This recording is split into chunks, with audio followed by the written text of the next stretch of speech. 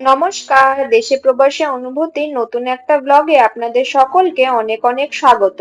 যদিও হায়দ্রাবাদে অলিতে গলিতে বলুন আর বড় কোনো রেস্টুরেন্টে এখানে গেলে সাউথ ইন্ডিয়ান ফুড অবশ্যই পাওয়া যায়, কিন্তু আজ কেন জানি না আমার ইচ্ছা হলো ঘরেই একটু সাউথ ইন্ডিয়ান খাবার বানিয়ে নিই। আর যেমনি ভাবা তেমনি কাজ, সঙ্গে সঙ্গে একটু সজনে ডাঁটা, পেঁয়াজ, গাজর, লাউ, আলু আর একটু ভিন্ডি কেটে গুছিয়ে নিয়েছি সাম্বার বানাবো বলে। আমি ঘরে যখনই সাম্বার বানাই তখন বিভিন্ন রকমের রং বেরঙিন সবজি অবশ্যই সাম্বারে দিই, কেন কি আমার সাম্বারে অনেক অনেক সবজি খুব বেশি ভালো লাগে, সেই জন্য আমি এত রকম সবজি কেটে গুছিয়ে নিয়েছি।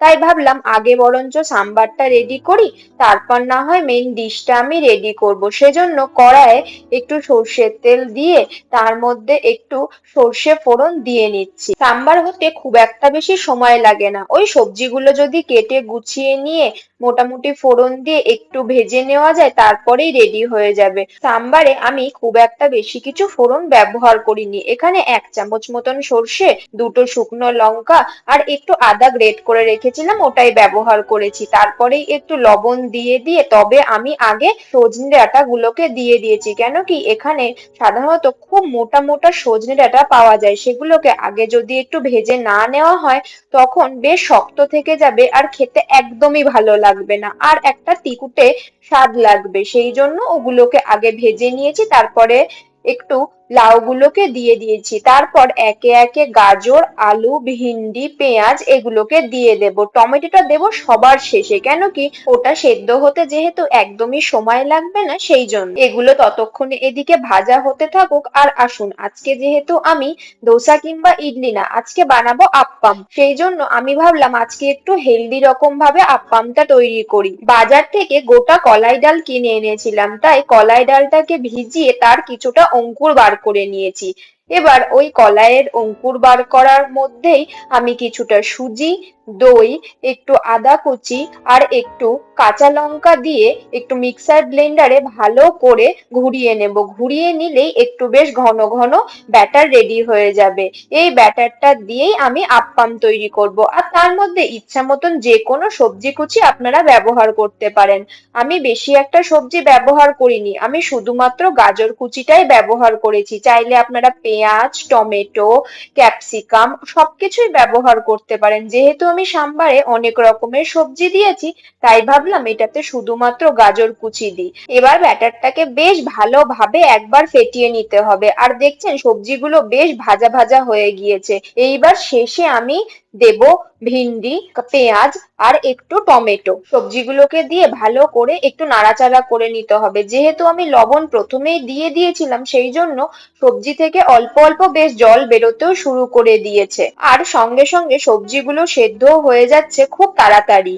আপনারা চাইলে এরকম ফোড়নে দেওয়ার সময় একটু লবণ আর হলুদ অবশ্যই দিয়ে দিতে পারেন, তাহলে সবজি সেদ্ধ হতে খুব একটা বেশি সময় লাগে না।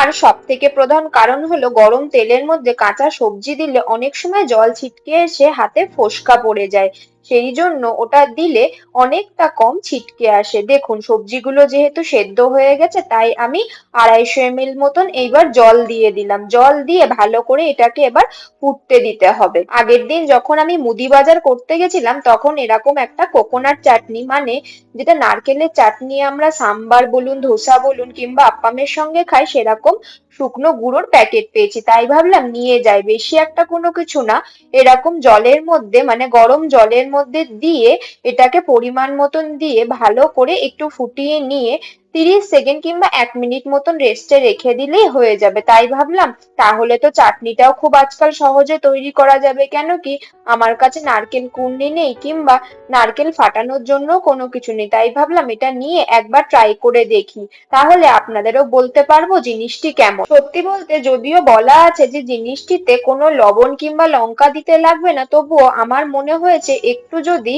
কাঁচা লঙ্কা বেটে দিয়ে দেওয়া হয় তাহলে মনে হয় টেস্টটা আরো ভালো হবে। প্যাকেটের পেছনে সবটাই লেখা আছে। চাটনিটা এত সহজে আর এত তাড়াতাড়ি হয়ে গেল আমি ভাবতেই পারিনি। এদিকে আমার কাছে একটু নারকেল গুঁড়োর প্যাকেট কেনা ছিল, তাই ভাবলাম এটা একটু সাম্বারে দিয়ে দিই, তাহলে টেস্টটা আরো ভালো আসবে। এবার একটু সাম্বার মশলা দিয়ে দিয়ে এটাকে আরো একবার ফুটতে দিতে হবে।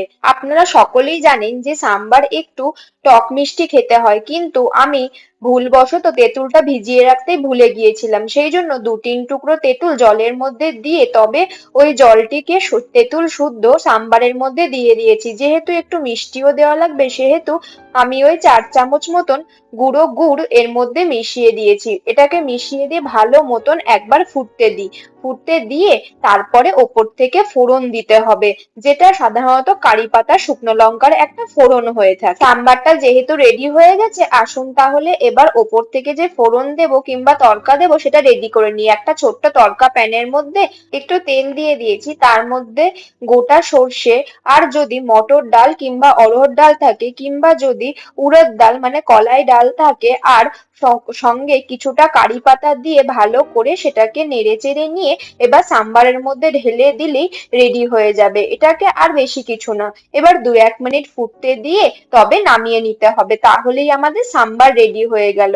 এবার সাম্বার রেডি হয়ে গেছে, চাটনি রেডি হয়ে গেছে, এবার আসুন তাহলে আপ্পামটাকে রেডি করে নিই, তাহলেই আমাদের আজকে সুন্দর একটা সাউথ ইন্ডিয়ান লাঞ্চ থালি প্রিপেয়ার হয়ে যাবে। এই যে মিশ্রণটি আমি তৈরি করেছি এটা দিয়ে চাইলে আপনারা ধোসা, ইডলি সমস্ত কিছুই করতে পারেন। চাইলে আপনারা উত্তাপামও করে নিতে পারেন। উত্তাপামের জন্য ব্যাটারটা আরেকটু কম জল দেওয়া লাগবে, এছাড়া আর কিছুই না। এবার আপ্পামটাকে দিয়ে ভালো করে একটু ঢেকে দিয়ে এটাকে একটা চামচ কিংবা 2 চামচের সাহায্যে একটু উল্টে দিয়ে উল্টো সাইডটা হতে দিলেই রেডি হয়ে যাবে। আমার ভিডিওগুলি আপনাদের কেমন লাগছে সেটা কমেন্টের মাধ্যমে জানাতে অবশ্যই ভুলবেন না। আর আমার ভিডিওগুলি যদি আপনার ভালো লাগে তাহলে চ্যানেলটিকে সাবস্ক্রাইব করে ভিডিওটিতে একটা লাইক করে কমেন্ট করে দেবেন অবশ্যই। আজকে ভাত ডালের পরিবর্তে এটাই ছিল আমার দুপুরের লাঞ্চ থালি। আপনাদের এই লাঞ্চ থালিটি কেমন লাগলো সেটা অবশ্যই কমেন্টে জানাবেন। আজকের ব্লগটি তাহলে এই পর্যন্তই থাকলো। আশা করছি নতুন একটা ব্লগ নিয়ে খুব তাড়াতাড়ি আপনাদের সামনে উপস্থিত হব। ততক্ষণ পর্যন্ত আপনারা খুব ভালো থাকবেন, সুস্থ থাকবেন, সাবধানে থাকবেন আর আত্মীয় পরিজনদের নিয়ে সাবধানে খুব আনন্দে আপনাদের দিনগুলি কাটাবেন। আর সত্যি বলতে কি সাউথ ইন্ডিয়ান থালিটা খেতে সত্যি অসাধারণ আর অপূর্ব হয়েছিল।